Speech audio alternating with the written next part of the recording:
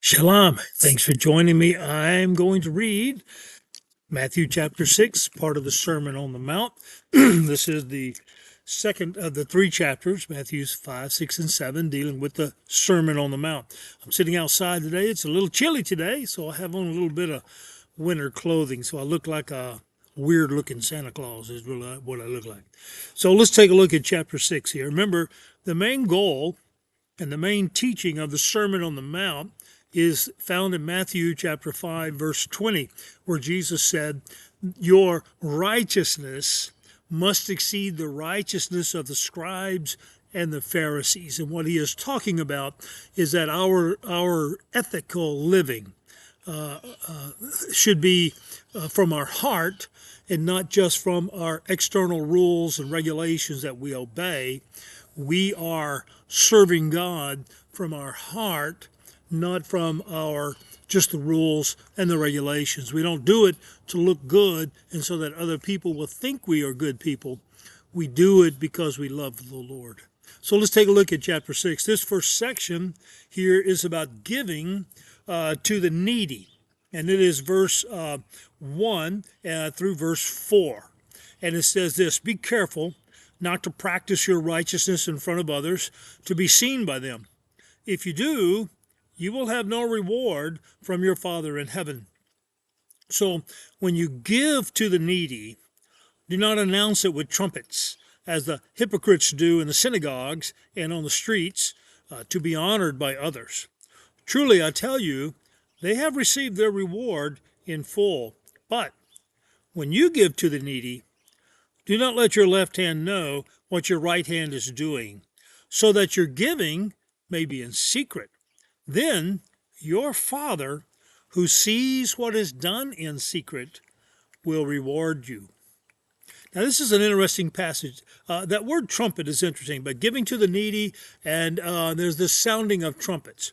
There really was a time when some of these folks, these Pharisees and scribes, wanted to be extra righteous. Literally, before they gave alms, giving to someone who was needy and poor, who would be a beggar on the street, there would be some trumpets would sound, and people would turn and look, wonder what that sound is, and then they would, show themselves dropping that little coin or two to the beggar, and people would be thinking, oh, they would applaud them. Oh, what a good person this is.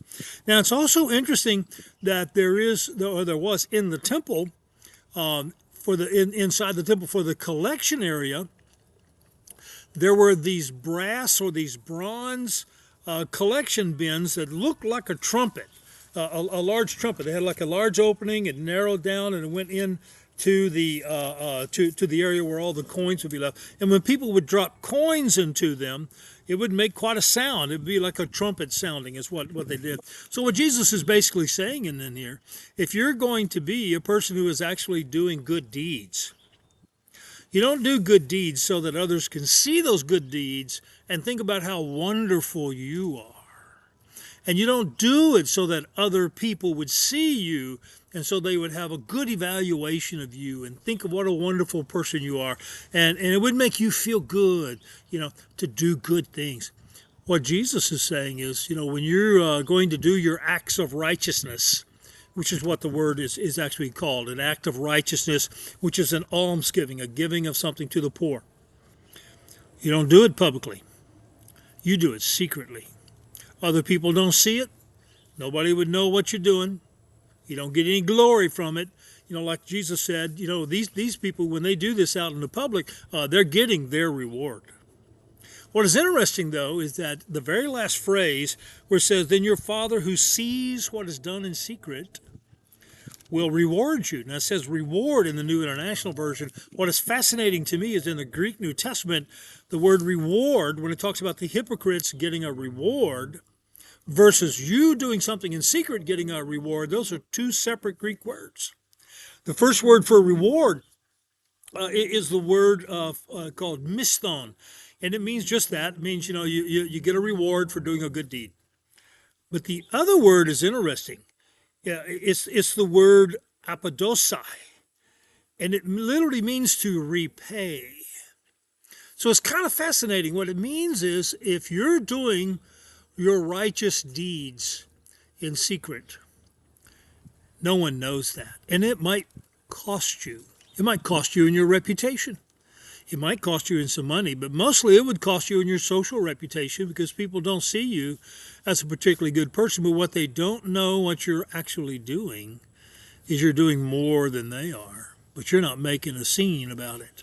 You're not drawing attention to yourself about that. But your Father sees it, and He will repay whatever it costs you. What an interesting thought. Thanks for joining me. Let's continue with the Sermon on the Mount with the next section.